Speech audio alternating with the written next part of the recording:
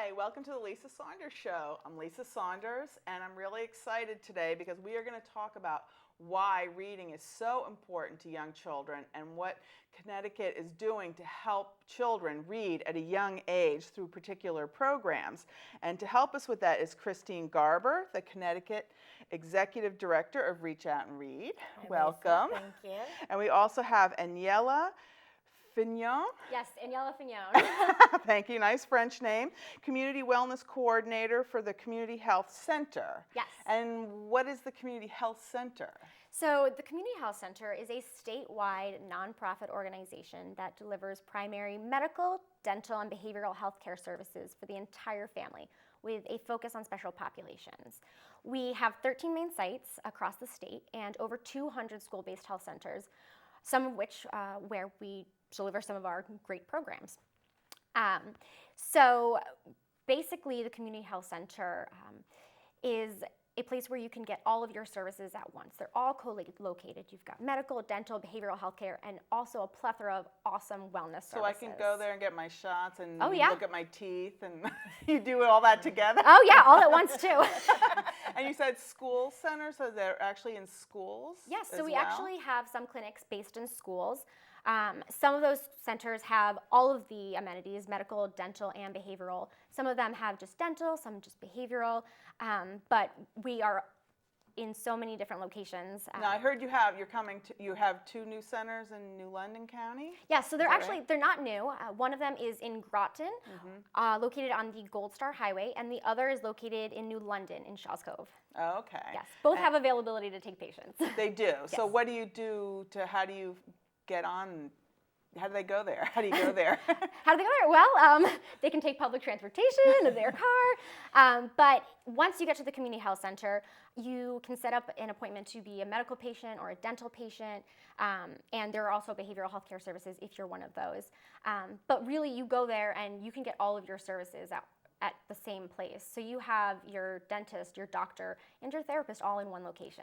Okay, Yeah. great. And how do you work with Reach Out and Read? Can you explain what you do, what Reach Out and Read does? Well, do you want to just talk about the sites that we're at CHC? Yes, so we are having the Reach Out and Read program at 12 of our main sites and one of our school-based health centers right now. And we basically think that this is an amazing program because it has tremendous value to our families. Children who are served by Reach Out and Read are not only receiving the intellectual and social benefits of early childhood literacy, but they're also demonstrating significant positive health outcomes. Yeah, like I saw this article that you or somebody sent out in a newsletter from Reach Out and Read in U.S. News, the life-saving power of books. And it was showing, MRIs are showing that places in the baby's brain light up when they're being read to. Right. So we've always known that the first 5 years of life are, it's when the brain develops more rapidly than any other time, really birth to 3.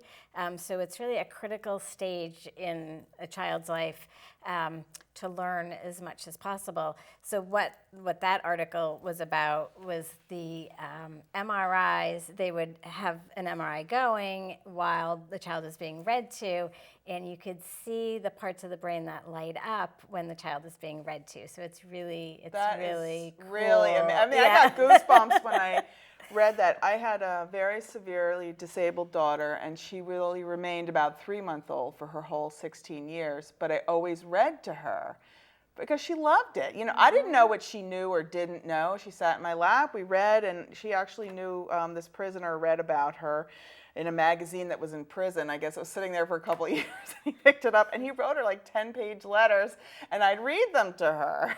Wow. I hoped he never would find us and get out. But anyway. Well, her brain was lighting up the whole time. But I think her brain was lighting up because she'd smile. And in fact, one of the authors who you have some of her books, Tish Rabi. I was shocked that when my daughter was pregnant, I didn't realize in her house she had one of Tish Rabi's books that you read to the baby before they're born. Before they're born, right. So now I always read to my daughter growing up, and she's actually a professional writer in D.C. But this article was interesting to me because, like you said, because it's showing what's going on in the brain when they're being read to. Right. So everyone knows they should be, and this is actually saying they think this doctor who wrote the article wants you to be reading from books, not tablets. So, right, yeah. So tell me, you get books in your program? Tell us about that. So Reach Out and Read is a national nonprofit organization, and we give young children a foundation for success by incorporating books into pediatric care and talking to parents and encouraging parents to read aloud with their children every day. So we're a national program here in Connecticut. We are in 72 clinical locations, so 72 doctor's offices all over per the se, state? all over the state. Deliver Reach Out and Read, and CHC is When you say one CHC, of them. what do you mean? What's Community CHC? Health Center. Okay. I'm not going to let it get away with abbreviations on my show. So they are some of our providers that deliver Reach Out and Read. So basically, Reach Out and Read is a pretty simple program, but it's really effective. So for children 5 years of age and younger, at their well child visits, their medical provider, so their pediatrician or their family practice doctor, is talking to the parents about, like I said, why it's so important to be reading aloud to your child every day, 15, 20 minutes a day. And then starting at the 6-month visit, through that 5-year visit, we give the child a new book. So we have some books on the table. So what we're trying to do is we're trying to educate parents and change parental behavior in order to get them to read more to their child. But we're also providing them with the tools to do that. We give them the books. We concentrate on children growing up in low-income communities or low-income families because research shows, and it's very clear, that they are at the highest risk for reading failure and school failure, and there are so many negative things that come out of being illiterate. So where the Community Health Center and the other locations that we partner with, they serve the Medicaid population or the uninsured population. So that's why we're in those types of clinics. We can really reach those families. And what's so great is it makes a huge difference in the lives of our families. When a provider talks to a parent about reading to their child, they're 4 times more likely to go home and read to their kid. Versus just hearing it on TV or something, how you should be reading. Because they know that their doctor is telling them it's for your child's health. It's important. It's not just because you want them to get I was an A. reading in this article, they're saying it's helps with obesity, and I mean, Oh, all yeah. these Oh, other, my like, gosh, how there's- does that help with obesity? Well, there are so many negative outcomes to being illiterate, unfortunately. Obesity, you can be health illiterate, where there are so many people in the United States that can't even follow the orders, by their doctors, how their treatment plan or their prescriptions. And so what happens is they become sicker, or they might become more obese, or they definitely have more health problems, and it causes health insurance to increase, and then it becomes really a cost that we all absorb. Right. Aniella might be able to explain that better than I. Yes, so when you think about somebody who is health illiterate, they're not sure how to apply for insurance. When they do get that insurance, they're not really sure how to use it. They're not sure how to access resources to tackle some of their day-to-day problems that can really impact their health. So when you think about literacy and how much of an impact it can have on every aspect of your life, and how all of those parts of your life are really a part of your health and your wellness, you can see how being illiterate can really do some damage to your health. Yeah, So how can people help? Donate money for you to buy Reach books Out and to Read. get out, or what? So, all right. So we serve in Connecticut, we serve about 40,000 children every year through Reach Out and Read. Nationally, we serve like 4.5 million children a year. We give out like 6 million new books a year. We always give out new books because we're talking about young children, babies. They put the books in their mouths. We need them to be clean. Right. So in Connecticut, we give out about 80,000 new books every year. So we need to raise funds so that we can purchase the books or get donations for the books. In Connecticut, Reach Out and Read is mainly grant funded. So we don't get state funding at the moment, although we're trying to do that. So who provides these grants? So some of our funders are, most of them are family foundations, and then we have some banks that are funders. We have some corporations in the state that fund us, and then we have some small donations, individual donations, from people, and that's something that we definitely would like to increase and develop further. So how can people help? You can certainly go to our website, and we have a whole handout on how you can volunteer for Reach Out and Read. But what do volunteers do? So books, obviously, we give out 80,000 books a year. We need new books. So volunteers could run or coordinate a new book drive for us, and then donate the books to our sites that are giving them out, so like Community Health Center. They could do even traditional fundraisers, car washes. Kids can be involved. I always wanted kids in school to do a readathon, get an elementary school to do a readathon. What would a readathon be, where you sit there all night for 24 hours or something and read, or what? Well, I just think it's great, like kids reading so that they can help other kids learn to read. I think that's just a really nice thing. What? How does that work? So the kids do a readathon, and they get, their parents or their neighbors or their aunts and uncles to sponsor 10 cents a page, or okay. And then they, however the period of the readathon is, a week or whatever, how many days they do it for, and then they collect the sponsorships, and then the money gets donated to Reach Out and Read or whatever nonprofit they choose to. So donated funds would then go, we could, purchase books in order so that we can continue to give out books to support our program. So that's one way. I love that idea. What better way to get more kids to read than to have kids reading?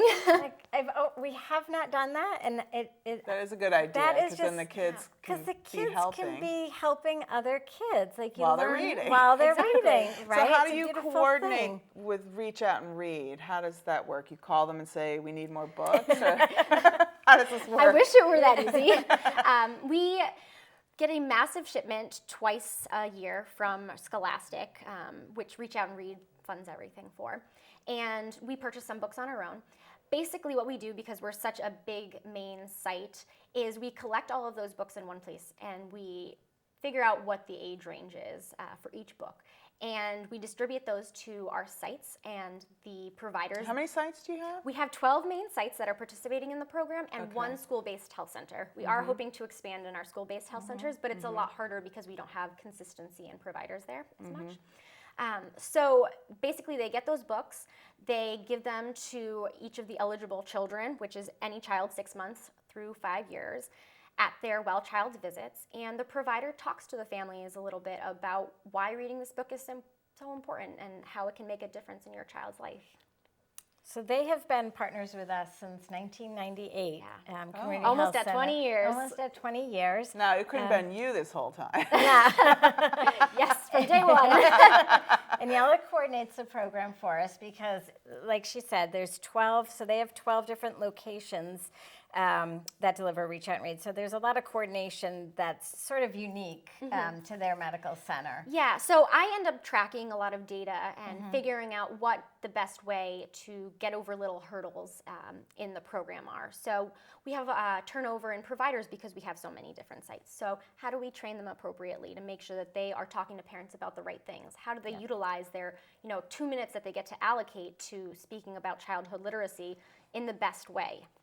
Right. So all providers have to be trained on Reach Out and Read. So when a new program comes on, or if it's an established program, but they have some new doctors, they need to take our training. So where they have so many doctors, it's great to have a coordinator, because then Aniella can tell us, okay, these 5 new doctors came on in the last 3 months, and she can help coordinate getting the training done that they need to do. There's also reporting.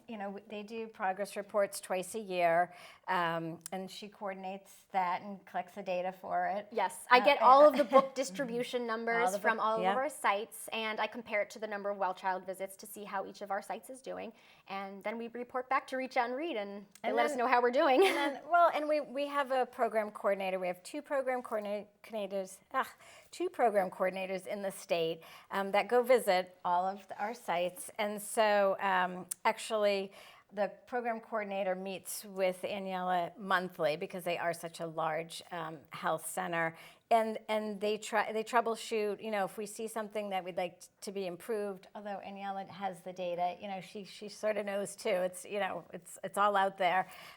They troubleshoot and figure out, okay, how can we do this better? Okay, we need a different site coordinator.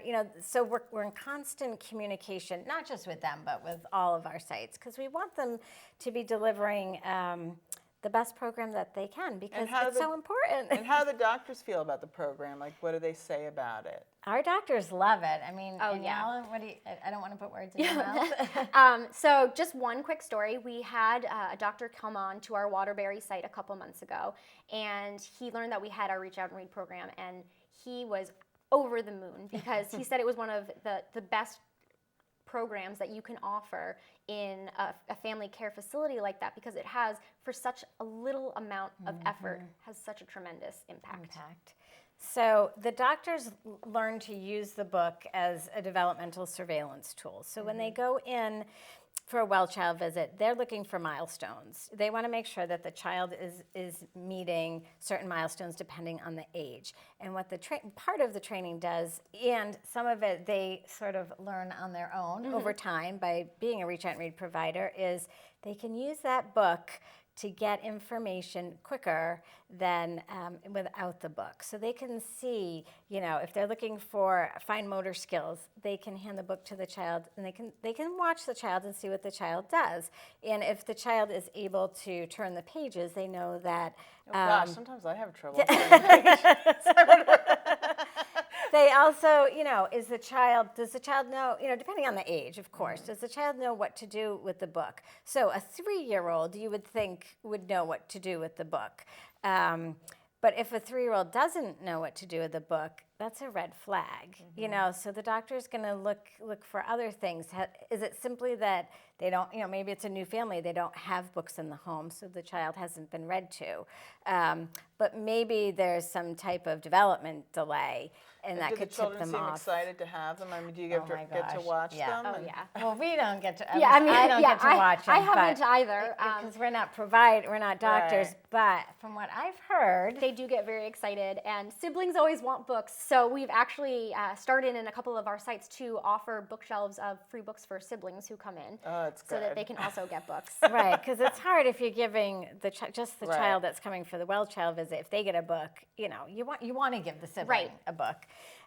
But also we've heard, they come in and, do I get my book today? And I think another challenging part is our program goes to 5 years old.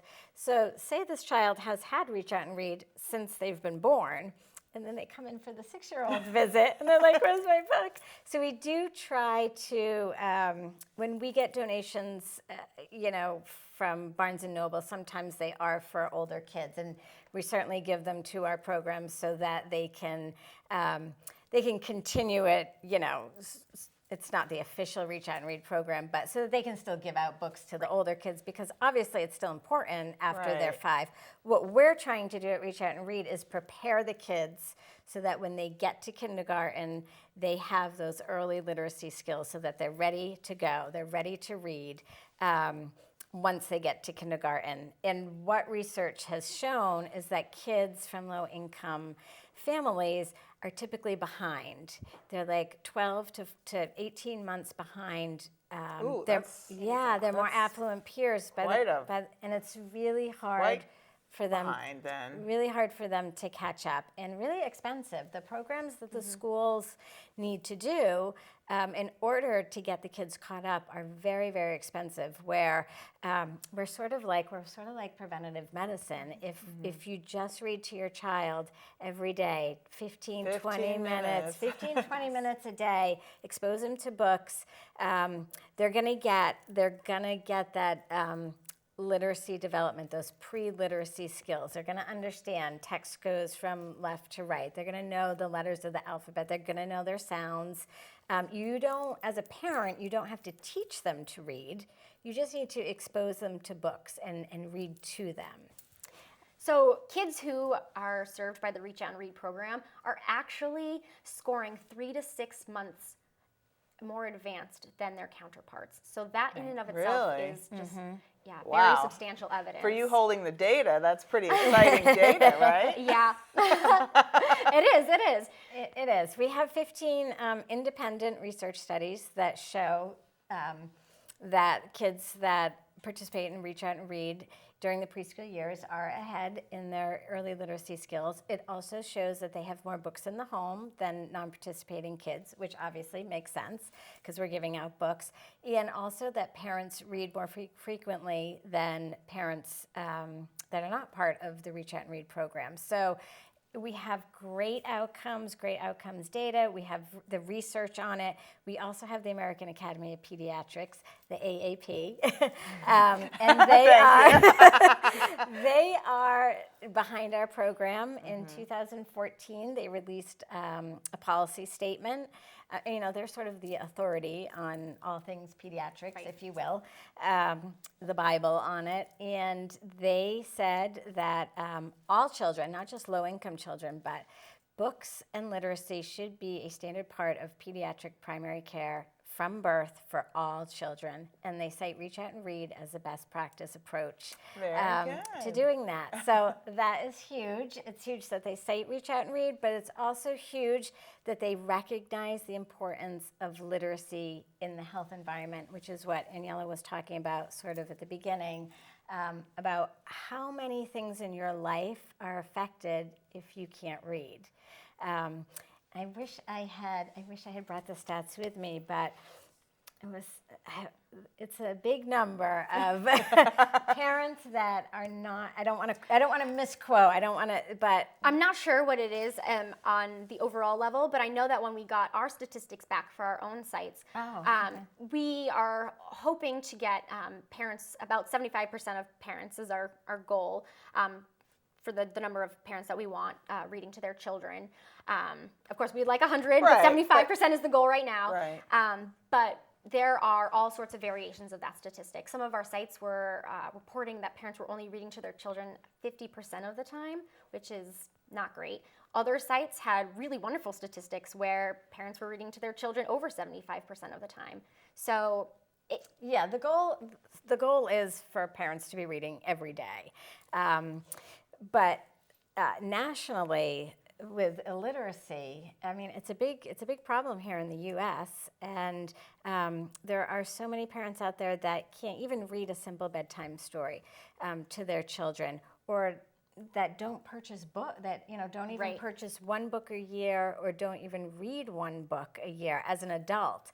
And so what we're trying to do is change that and get kids reading early, so that they are literate adults, and then the cycle it's how you sort of break the poverty cycle. I don't mean to make it so simplistic, but if now you have more people graduating from high school, and now you have more people going to college, and you have more educated people, and that can earn higher wages, that's how you start to break the poverty cycle.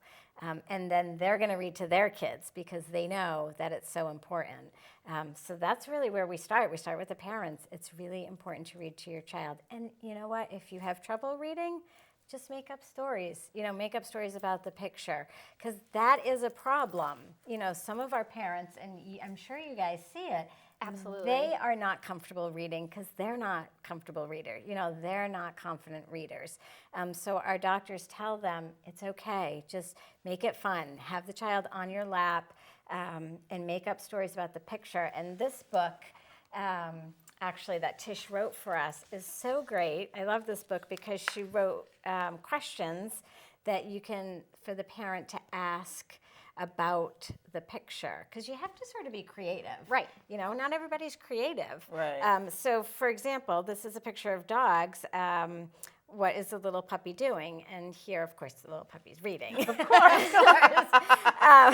But it helps parents have that, what we call serve and return, that conversation with their kids. So as much as Reach Out and Read is developing early literacy skills, we're also helping to develop social emotional skills. So we're helping to develop that bond between a parent and a child, which is so important to early brain development. Children need a strong bond between a parent or a caregiver in order for the brain to develop normally. And so we want that, especially like we said in the beginning, the brain is developing faster in those first 3 years than any other time in their life. Right, and actually studies have shown that if you begin reading to your child in the womb, that your child will recognize your voice once it's born and will react positively to your reading stories to them and to talking to them. It makes a stronger bond between child and I wonder how the parent. unborn knows if you're reading or not.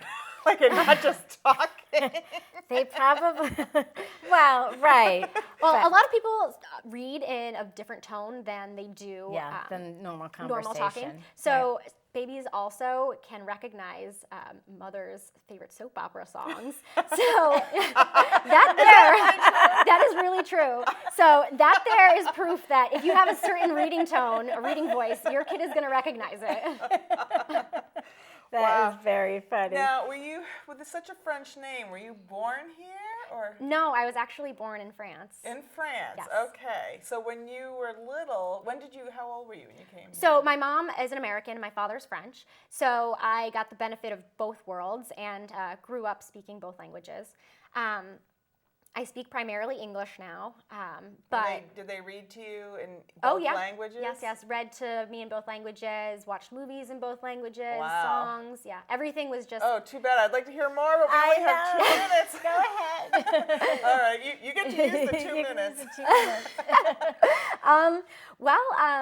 One of the things that I think that is a great way to pivot on is that a lot of our parents who are reading to their kids are actually bilingual speakers or native in another language. So when you give them a book that has bilingual captions, they're able to actually learn new vocabulary for themselves and to promote English with their children, which is huge. So you huge. do bilingual books? Oh, absolutely. I would say at least for CHC you guys sites, get a lot. we hand out primarily bilingual books, and that's so it's a wonderful. benefit to both the parent and the child in so many ways. Wow, that's really good to know. Well, thank you so much for coming Thank on. you, Lisa. Thank and you. getting me all excited. Go home and read. Yeah, I'm going to go home and read now. Well, thank you so much for joining us on the Lisa Saunders Show, and I will see you next week.